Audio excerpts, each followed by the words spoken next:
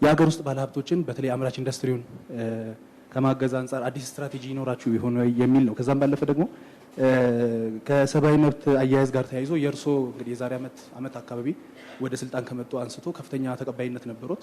ከዛም በኋላ ተቀባይነቱ እየተሸረሸረ ነው የሚሉ ወገኖች አሉ። ለዛም እንደ መከራከሪያ የሚያቀርቡት የዲያስፖራ ትረስት ፈንድ ነው የተሰበሰበው ያው ይታወቃል ባለፉት ጊዜያት። ከዛም ባለፈ ደግሞ የሰብአዊ መብት አያያዙ እንደገና ተመልሶ ችግር ውስጥ እየገባ ነው የሚሉ አሉ።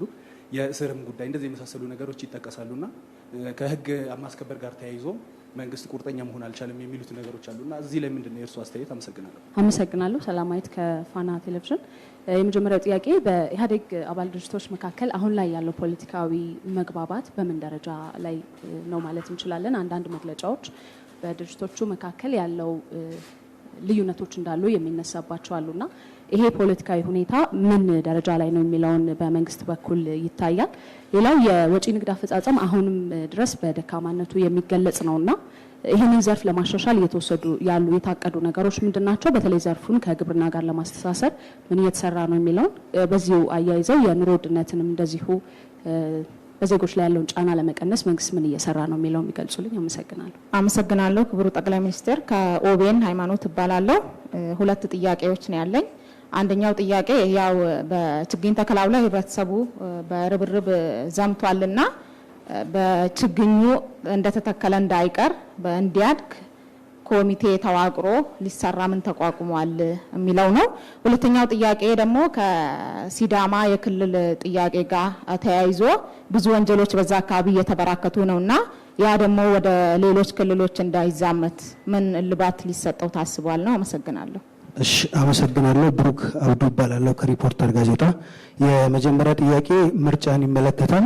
የህዝብ ተወካዮች ምክር ቤት ባለፈው ምርጫውን በአንድ ዓመት ካራዘመ ወዲህ የተለያዩ ስራዎች የተሰሩ የምርጫ ዝግጅት የተደረገ እንዳለ ይገለጻል። ሆኖም ግን በተለያዩ የሀገሪቱ ክፍሎች ላይ እየታዩ ያሉ አዳዲስ ግጭቶችና ብጥብጦች ከዛ በተጨማሪ ደግሞ እየተሻሻለ ያለው የምርጫ ህጉ ላይ የተቃዋሚ ፓርቲዎች አንቀበልም የሚሉ አስተያየቶችን እያመጡ ነውና በምርጫ ቦርድም ላይ አዲስ የተአማኒነትና የገለልተኝነት ጥያቄ የተነሳበት ነውና አሁን አገሪቱ ባለችበት አቋም ቀጣዩ ምርጫ ማካሄድ ትችላለች ወይ?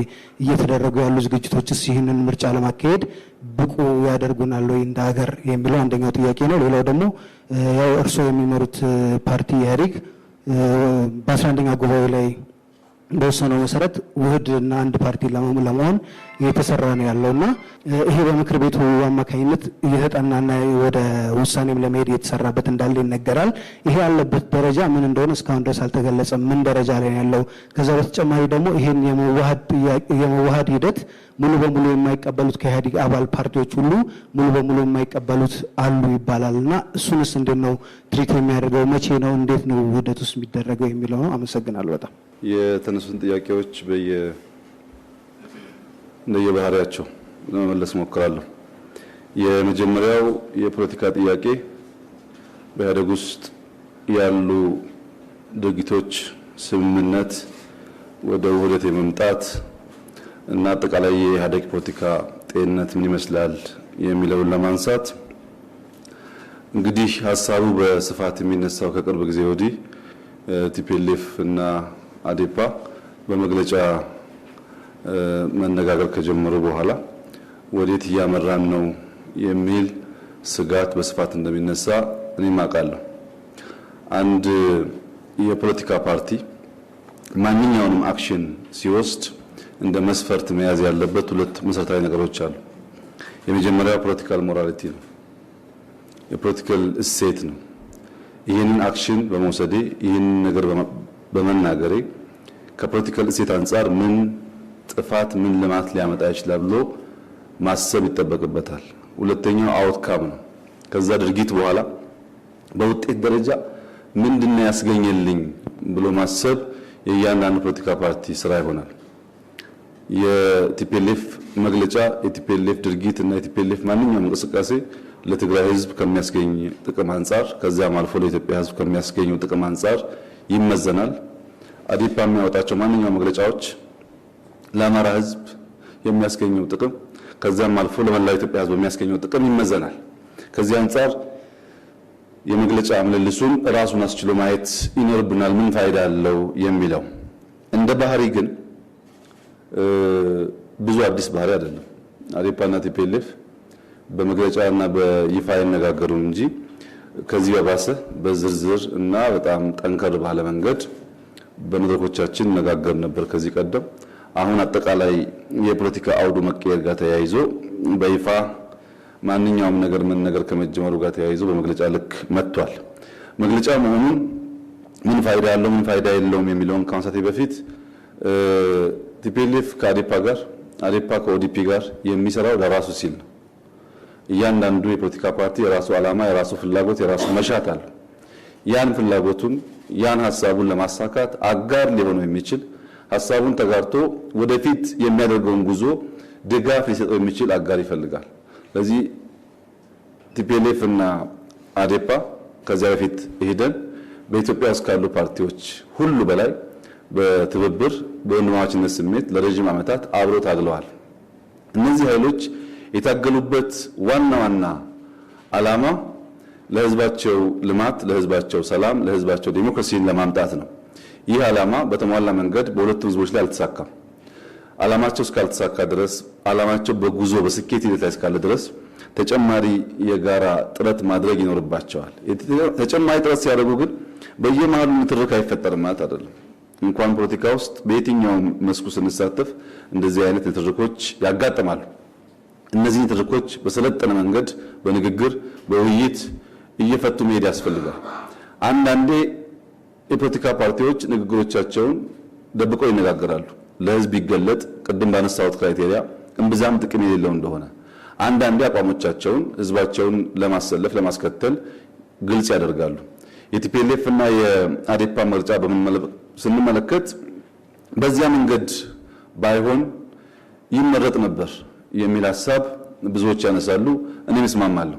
ከዛ የተሻለ የመነጋገሪያ መድረኮች ነበሯቸው። ቢናገሩም ግን እንደዚህ አይነት ንግግር ሲጀምርም ብዙ መደንገጥ አያስፈልግም። ፖለቲካ ጥይት እስከሌለበት ድረስ ለንግግር ክፍት ስለሆነ ማንም ሰው የሚሰማውን አንስቶ እንዲገልጥ እንዲናገር መፍቀድ ያስፈልጋል። ትልቁ ችግር ግን የኛ መካከለኛ እኛ ነገሮችን የምናይበት እይታና ነገሮችን ለመፍታት የምንጥርበት መንገድ መስተካከል ይፈልጋል። አንድ መግለጫ አንድ ፓርቲ ሲያወጣ ሌላኛው መልስ ሲሰጥ አብዛኛው የፖለቲካ ሰው ያን ሁኔታ የሚተነትንበት መንገድ መካከለኛ የሆነና ሚዛን የጠበቀ አይደለም። በቲፒኤልኤፍ እና በአዴፓ መካከል የነበረውን የመግለጫ ምልልስ እንዴት እንፍታው ብሎ መፍትሄ አምጪ መንገድ ነው ማሰብ የሚያስፈልገው። ለዚህ ከሁለቱ ፓርቲ ውጭ ያሉ በተለይ የኢህአዴግ እህት ድርጅቶች የኢህአዴግ ራሱና አጋር ድርጅቶች የሚጠበቅባቸው አንድ ወሳኝ ስራ አለ። ለሁለቱ ፓርቲዎች ፎረም ፈጥሮ ሐሳቦቻቸውን በተለመደው ዲሞክራሲያዊ መንገድ እንዲያንሸራሽሩና እያንዳንዱ ግለሰብ ወይም ቡድን የታየውን ጥፋት ሂስ ማቅረብ እንዲችል የራሱንም ሂስ ማውረድ እንዲችል እድል መፍጠር ነው። ይህንን ካደረግን ይበልጥ መቀራረቡ መደማመጡ እየተፈጠረ ይሄዳል። ይህንን ማድረግ ሲሳንን ደግሞ ጉዳዩ እየተካረረ ይሄዳል። ለዚህ ጥሩ ምሳሌ የሚሆነው አንድ ብርቱ አባት 3 ልጆች ያሉት ብርቱ አባት በድንገት ይሞታል። በድንገት ሲሞት 3ቱ ልጆች ቀድሞ ስላልነገራቸው የነበረውን ሀብት ማን እንደሚወርስ ማን ሀብቱ እንደሚያስቀጥል ከፍተኛ ሽኩቻ ሲፈጠር አባት ብልህ ነበርና ቀድሞ ኑዛዜ ጽፎ ነው ያለፈው። የጻፈው ኑዛዜ ያለውን ሀብት 1/2 ወይም ግማሹን የመጀመሪያው ልጁ እንዲወስድ፣ ካለው ሀብት 1/3 ሁለተኛ ልጁ እንዲወስድ፣ ካለው ሀብት 1/9 ደግሞ ሶስተኛ ልጁ እንዲወስድ ነው።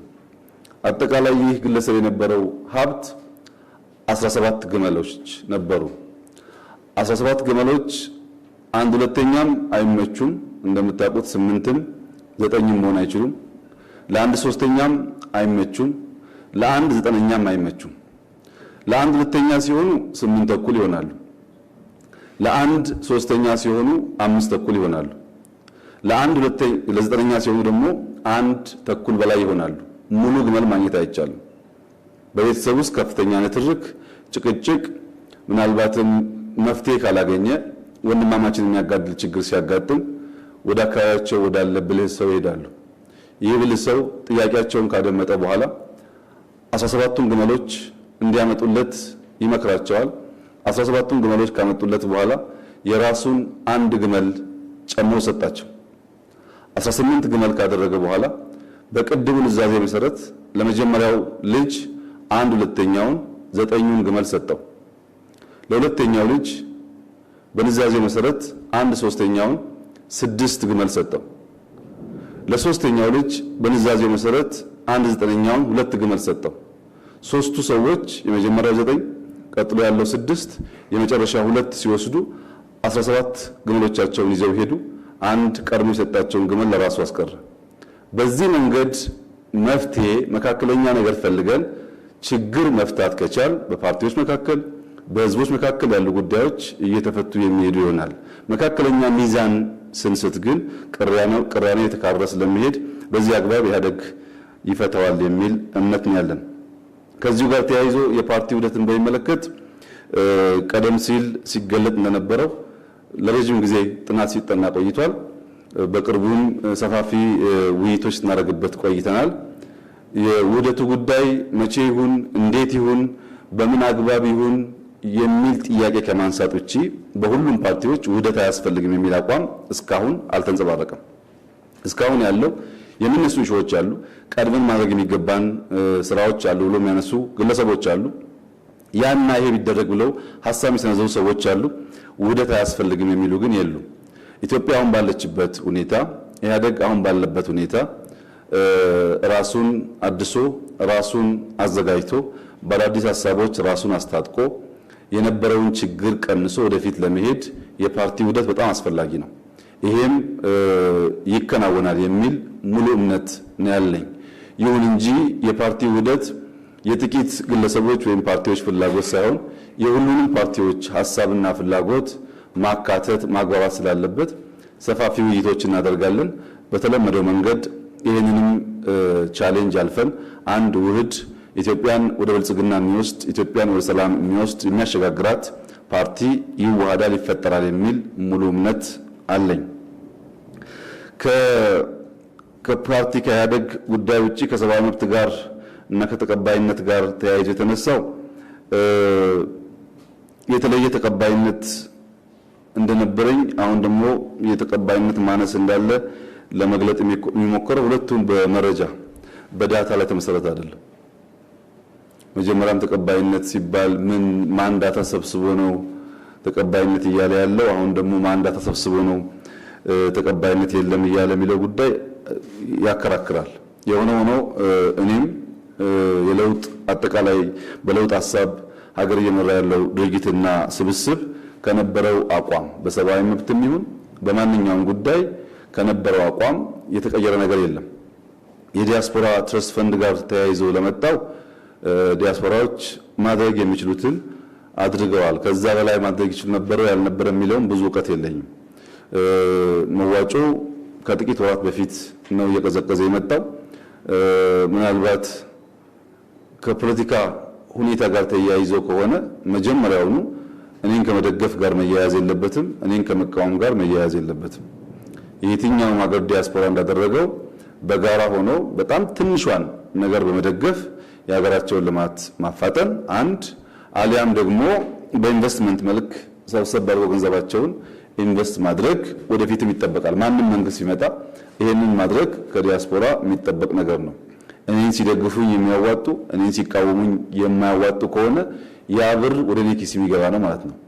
ብሩ ለእኔ የሚሰጥ አይደለም፣ ለእኔ ድጋፍ የሚውል አይደለም። አንድ ሃይ ስኩል ቢሰሩ የሚያግዙት ድሃውን የኢትዮጵያ ሕዝብ ነው።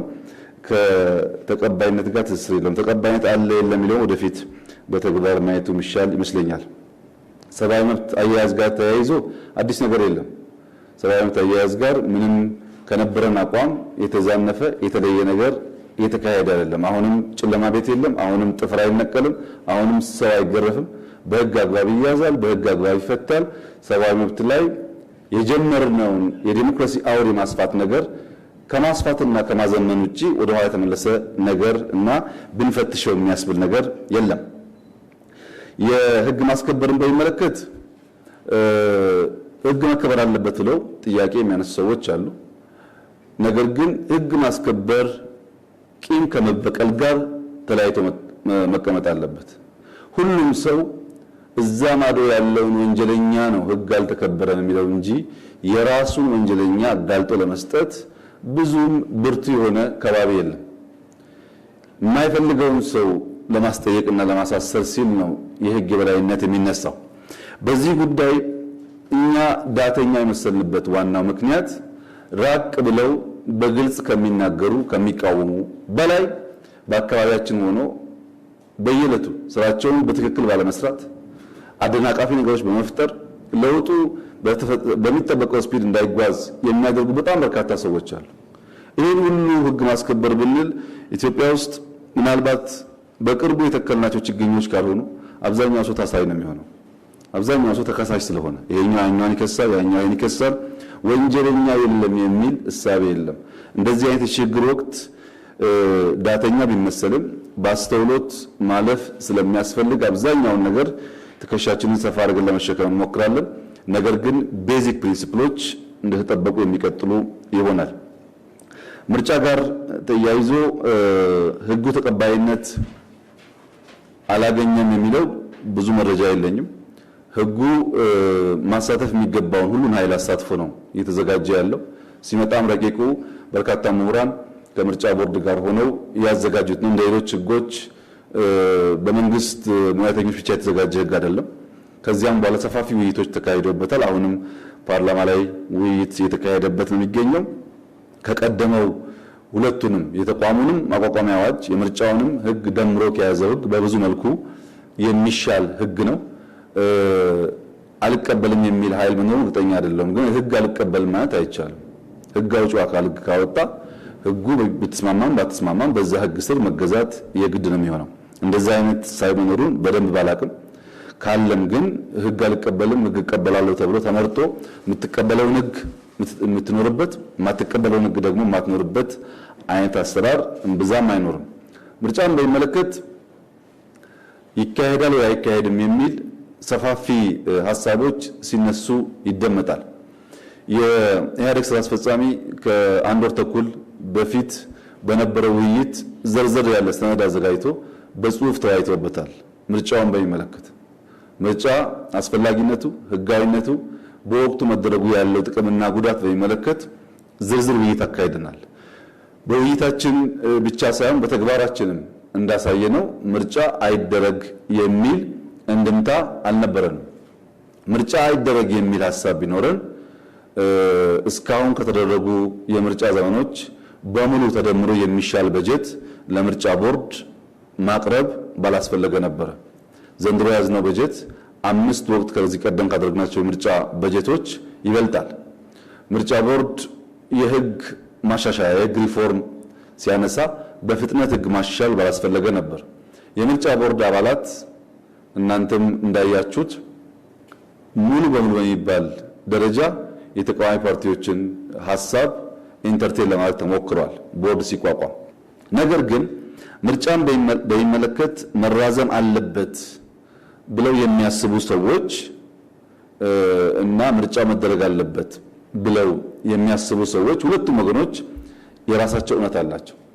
ምርጫ መደረግ አለበት የሚሉት ህገ መንግስታዊ ነው፣ ህግ በማሻሻል በየጊዜው ምርጫ የተመረጠው አካል ሞዲፋይ የሚያደርገው መሆን የለበትም ብለው ያስባሉ። በሌላ ወገን ምርጫ ለይስሙላ ተደረገ ለማለት የሚደረግ ሳይሆን ፕሮሰሱ በሁሉም ወገኖች የሚታመንና በኢትዮጵያ የምንፈልገውን ህዝባዊ ቅቡልነት ያለው መንግስት ለማምጣት ሽግግሩን እውን ማድረግ የሚችል መሆን አለበት ብለው የሚያስቡ ኃይሎች አሉ። ሁለቱም ኃይሎች ከሚያነሱበት ፐርስፔክቲቭ እውነት አላቸው።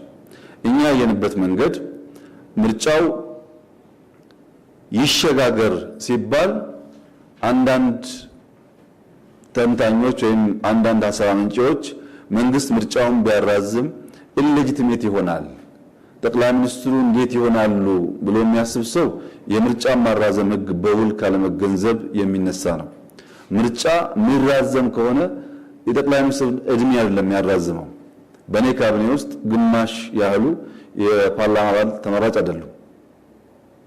ምርጫ ማራዘም ማለት ተመርጦ ፓርላማ ያለው ህግ አውጪ በ5 ዓመት መጨረስ ሲገባው 6፣ 7፣ 8 ወይም 10 ይሁን ብሎ ህገ መንግስት ማሻሻል ማለት ነው። ህገ መንግስቱ ይህን አንቀጽ ማሻሻል ግልጽ አሰራር አለው። መሳተፍ የሚገባቸው የክልል ቁጥሮች የሁለቱም ምክር ቤት አባላት ተሳትፈው ያችን አርቲክል ሞዲፋይ አድርገው አሻሽለው ለ2 ዓመት፣ 3 ዓመት፣ 5 ዓመት ይራዘም ካሉ ፓርላማው ህጋዊ ፓርላማ ነው። ያ ህጋዊ ፓርላማ የራሱን አስፈጻሚ ያቋቁማል ማለት ነው። አሁን ያለ ጠቅላይ ሚኒስትር ወይም የራሱ ጠቅላይ ሚኒስትር ያቋቁምና መንግስት ይሆናሉ። ብዙዎቹ ግን ምርጫ መራዘምን የሚያስቡ ከጠቅላይ ሚኒስትር ወይም ከአስፈጻሚው ጋር ነው። በቀጥታ አስፈጻሚ የሚመለከት ጉዳይ አይደለም። ማራዘም ይቻላል። ያራዘሙ ሀገሮችም አሉ። 2-3 ሀገራት ምርጫን ለተርም አራዝመው የሰሩ ፓርላማ አባላት አሉ። ፓርላማ አባላት ብቻ አይደሉም። ፕሬዝዳንቶች የምርጫ ዘመን ህገ መንግስት አሻሽለው በርካታ አፍሪካ ሀገር ውስጥ ህጋዊ ሆነው አገር እየመሩ ያሉ አሉ። ህገ መንግስት አሻሽሎ አርቲክል አሻሽሎ ህጋዊ መንግስት መሆን ይቻላል። የማይቻል አብስትራክት ሐሳብ አይደለም። ችግሩ ግን ምንድነው? እናራዝም የሚሉ ሰዎች 2-3 ዓመት አራዝመን የተሻለ ዴሞክራሲያዊ ምርጫ እንፍጠር የሚል እንድምታ ያለው ሐሳብ ነው። እኛ ደግሞ የምናነሳው አሁን ባለን ኤክስፒሪየንስ የሚቻል እንኳን ቢሆን 2-3 ዓመት ብናራዝመው ጊዜውን ኢትዮጵያ ውስጥ ምርጫን ካለምንም እንከን ማስፈጸም የሚችል ተቋም አቲቲዩድ ሌጋል ፍሬምወርክ ፈጥረን እንከን አልባ ምርጫ ለማድረግ እንችላለን ወይ? የኛ ተቋም መፍጠር ልምምድ ያን አያመላክትም።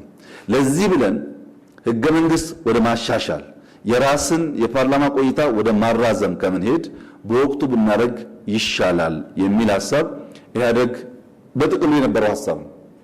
ልዩነት ያለን እንደ ከዚህ ቀደሙ ምርጫው ይካሄዳል ወይም አይካሄድም ብሎ ኢህአዴግ አይወስንም። እንደ ፓርቲ እኛ ምርጫው በጊዜው ቢደረግ ብለን በበጀትም በድጋፍም ከምርጫ ቦርድ ጎን በመቆም ስራችን ይሰራል ነው። ለምርጫም እየተዘጋጀን ነው።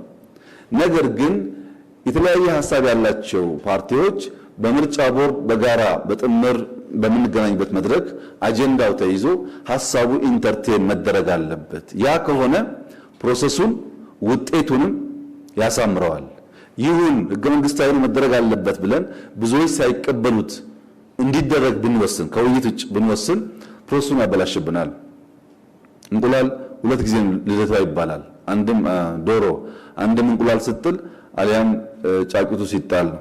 ምርጫም 2 ልደት ነው ያለው። አንዱም ፕሮሰሱ ነው፣ ሁለተኛም አውትካሙ ነው። ፕሮሰስ ተበላሽቶ አውትካም ይስተካከል አይችልም። ፕሮሰሱ አሳማኝ፣ ሁሉም የሚቀበለው ነፃ፣ ዴሞክራሲያዊ ቢያንስ መራጩ ህዝብ የኔ ድምጽ አልተጭበረበረም ብሎ የሚያምንበት ከሆነና ከምርጫ በኋላ በምርጫ ምክንያት ሰው የማይሞት ሰው የማይቆስል ከሆነ ምርጫው ስኬታማ ዲሞክራሲን ያመጣል። ነገር ግን ምርጫን ለማድረግ እንደ ደንብ እንደ ባህል ወስደን በየአምስት ዓመቱ እያደረግን ከዚያ በኋላ ግን ችግር የሚያጋጥም ከሆነ ጠቃሚ ስላልሆነ ውይይት ያስፈልጋል የሚል ሐሳብ ከመያዛችን ውጪ ምርጫ አይደረግም የሚል አቋም የለም። ምርጫ ለማድረግም የኢትዮጵያ ህዝብ ከወሰነ የሚሳነው ነገር አለ ብለን አንገምትም። ዋናው የህዝብ ውሳኔ ነው። ያስፈልጋል ላድርግ ብሎ ከወሰነ ህዝቡ ማድረግ ይችላል። ከፖለቲካ ወጣ ስንል ኢኮኖሚን በሚመለከት የዘንድሮ የውጭ ምንዛሪ ፍላጎትን በተመለከተ ያው ሁላችሁም እንደምታውቁት እስካሁን ከነበረው የተሻለ የውጭ ምንዛሪ ዘንድሮ መጥቷል። ያም ማድረግ ባንችል ኖሮ ማክሮ ኢኮኖሚክ ኢምባላንሱ ማስተካከል ያስቸግር ነበር። ከመጣው የውጭ ምንዛሪ ውስጥ አብዛኛው ለፕራይቬት ሴክተር የዋለ ነው። ለሀገር ውስጥም ለውጭም ፕራይቬት ሴክተር የዋለ ነው። በንጽጽር አምና ከነበረው በእጅጉ የተሻለ ነው። የውጭ ምንዛሪ ፍላጎት ከፍተኛ በመሆኑ በኢምፖርት ከምናስገባው 5-6 እጥፍ ያደገ በመሆኑ የሰዎችን ፍላጎት ሙሉ በሙሉ ሊመልስ አይችልም። ነገር ግን በንጽጽር አምና አቻምና ከነበረው በቁጥርም በአቀራረብም የበለጠ ነው። ለምሳሌ ከዚህ ቀደም አብዛኛውን የውጭ ምንዛሪ ለመንግስት ምናው የነበረውን አሁን ለግሉ ሴክተር ሰጥተናል። በቁጥርም ከፍተኛ ነው። በዚህ ዓመት እያሻሻል ነው ከሄድን ኢኮኖሚያችን ላይ ኢምፓክት ሊያመጣ ይችላል የሚል ሐሳብ አለን። የሲዳማን በሚመለከት የተፈጠረ ሁኔታና እዛ አካባቢ ያለው ችግር በሚመለከት ለተነሳው ጥያቄ ያው የሲዳማ ጉዳይ ክልል እንሁን የሚል ሐሳብ ለረጅም ጊዜ ሲነሳ የቆየ ነው። በተለይ ጎልቶ የወጣው ከለውጡ በኋላ ቢሆንም ከዚህ ቀደምም በተለያየ አጋጣሚ ይሄ ጥያቄ ይነሳል። ይህን ጥያቄ በሶስት መንገድ ማየት ጥሩ ነው። አንደኛው ፖለቲካል ጥያቄ መብት ነው። ማንም ህዝብ እንደ ህዝብ ተደራጅቶ ራሴን በራሴ ማስተዳደር እፈልጋለሁ ብሎ ህገ መንግስቱ ያስቀመጣቸውን ክራይቴሪያዎች እስካሟላ ድረስ ፖለቲካዊ መብቱን መጠየቅ መብቱ ነው፣ ኤክሰርሳይዝ ማድረግን ይኖርበታል። ነገር ግን ፖለቲካዊ ጥያቄ ሙሉ በሙሉ ችግሩን አይፈታውም። ሌጋል ጉዳይ አለ። ጥያቄ የሚቀርብለት ተቋም አለ፣ አካል አለ። ያን ለማስፈጸም የሚያስችል ቁመና መያዙን ማረጋገጥ ያስፈልጋል። ለምሳሌ ለምርጫ ቦርድ ቀርቦ ምርጫ ቦርድ ይህንን ጉዳይ ለማስፈጸም የሚችልበት አቋም ላይ አልነበረም። ሁላችሁም እንደምታውቁት ከሊቀመንበሯ በስተቀረ የምርጫ ቦርድ አባላት ከጥቂት ሳምንታት ምናልባት አንድ ወር ተኩል ገደማ ነው የተሟሉት። ተቋሙ ራሱን እያደረጀ ስለነበረ ያልደረጀ ተቋም ዘላቂ የሆነ ችግር በሚፈታ መንገድ የህዝብን ጥያቄ መመለስ ይቸገራል። ሶስተኛው አድሚኒስትሬቲቭ ነው። አንድ ክልል በርካታ ህዝቦች አቅፎ የነበረ ክልል በሚወጣበት ሰዓት የሀብት ክፍፍል ጉዳይ፣ የሰላም ጉዳይ አብሮ መታየት ያለባቸው በርካታ ጉዳዮች አሉ። እነዚህንም አሳስሮ ማየት ስለሚያስፈልግ ውይይት ስናደርግ ቆይተናል። ደህዴን ተወያይቶ አማራጭ ያለውን ሐሳብ አቅርቧል። ምናልባት በቅርቡ የኢህአዴግ ስራ አስፈጻሚ በዚህ ጉዳይ ይወያያል። የምርጫ ቦርድ ባስቀመጠው መሰረት ህግን ተከትሎ የሚፈጸም ይሆናል። ነገር ግን እንደዚህ አይነት ጉዳይ ሁሉም ህዝቦች ማሰብ የሚኖርባቸው አንድ ክልል ብቻውን በመቆሙ ወይም ከሌሎች ወገኖቹ ጋር በጋራ በመሆኑ ምን ያገኛል፣ ምን ያጣል እንደ ህዝብ የሚለውን ከፖለቲካል ትርፍ ውጪ ያለውን ሐሳብ በዝርዝር ማየት ጠቃሚ ነው። የሲዳማ ህዝብ ክልል ሆኖ ሲወጣ ሲዳማ ውስጥ ያለ ችግር በሙሉ በአንድ ጀንበር የሚፈታና የሚቀረፍ የሚመስለው ሰው ካለ ተሳስቷል። ያ በመሆኑ የሚያገኘው ነገር የተለየ ጥቅም የለም። የተለየ ጥቅም ያለው ቋንቋዬ፣ ባህሌ፣ ማንነቴ የሚል ነው ከፖለቲካል ራይት አንጻር የሚታየው።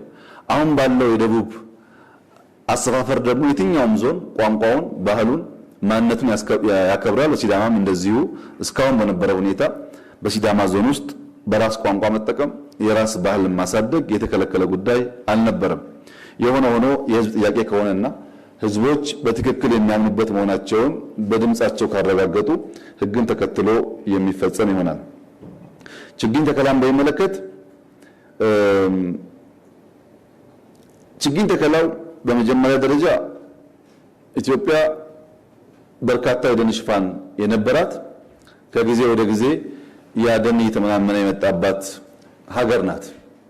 እዚህ አዲስ አበባ እንኳን ከ15 20 በፊት የነበራችሁ ሰዎች እንደምታስታውሱት ጧት አዲስ አበባ ስንነሳ ጉም ማየት፣ ጤዛ ማየት የተለመደ ነበር። አሁን ጉምና ጤዛ ማየትም ከተሞች አካባቢ ብርቅ እየሆነ መጥቷል። ምክንያቱም የአየር ጸባዩ በከፍተኛ ደረጃ ተጠቅቷል። ይሄን ለመቀየር ኢትዮጵያውያን ተባብረው በ2 3 4 ዓመት ውስጥ ይሄን ታሪክ መቀየር ያስፈልጋል የሚል ውሳኔ በመንግስት ታስቧል። የታሰበበት ምክንያት ችግኝ በመተከሉ ሀብታሞች ጥሩ ኦክሲጅን የሚተነፍሱና ለድሃ የሚከለከል አይደለም። ችግኝ ሲተከል ዝናብ የዘነበ እንደሆነ አርሶ አደር ይጠቀማል። ዝናብ የዘነበና ግድቦቻችን የሞሉ እንደሆነ የፈረቃ መብራት ይቀራል። ዝናብ የዘነበ እንደሆነና የአየር ጸባይ ተገማሽ ባልሆነ መንገድ የማይቀያየር ከሆነ በረሃብ የሚጠቃ ሰው አይኖርም ማለት ነው።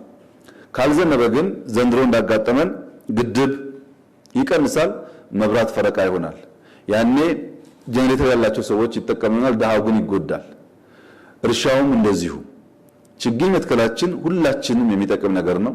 እንደ ሀገር ይጠቅማል፣ እንደ አህጉር ይጠቅማል፣ እንደ ዓለም ጥሩ ልምምድ ነው። ከተፈጥሮ ጋር ተስማምተን ተግባብተን መኖር ስላለብን። ነገር ግን መትከል ግብ መሆን የለበትም። የተከልነውን መንከባከብ መጠበቅ ይኖርብናል።